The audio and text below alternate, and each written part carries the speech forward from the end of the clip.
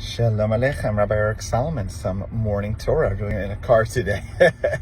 Beth Mar Synagogue in Raleigh. So listen, Purim this year is going to be hard. It's not easy.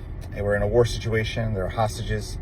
There are innocent Palestinians, sadly suffering, famine potential. This is a horrible time in other aspects of our society and our world.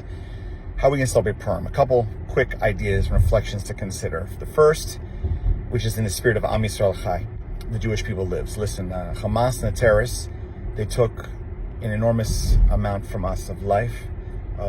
They hurt our people. They hurt all who care about humanity. Their massacre, rapes, sexual violence, the fear. But we can't let them take away our holidays. They can't let them take away our identity, our Jewish strength. So part of our celebration of Purim this year is dafka, as we say. It's doing it anyway.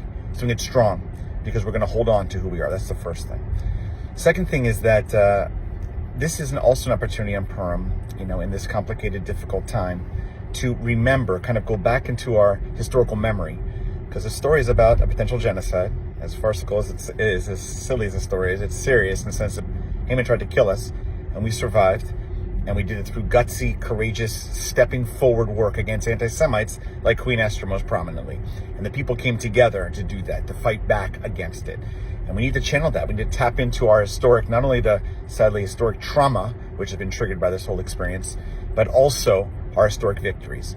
And that's the last piece here. This is Rabbi Jonathan Sachs says, Purim is an opportunity and other celebrations to tap into joy, therapeutic joy, he calls it. It's a joy that's not just, stam and silly only.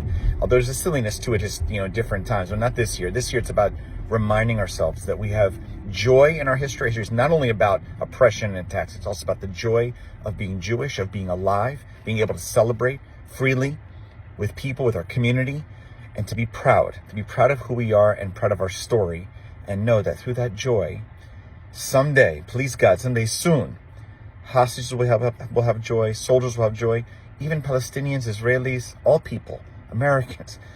We can be joyful again. It is possible. So this joy is to be a resilient joy. It's a joy that's tempered, it's true, but it's a joy that will, please God, lead us to have more joy connected to more simcha and more joy in the future.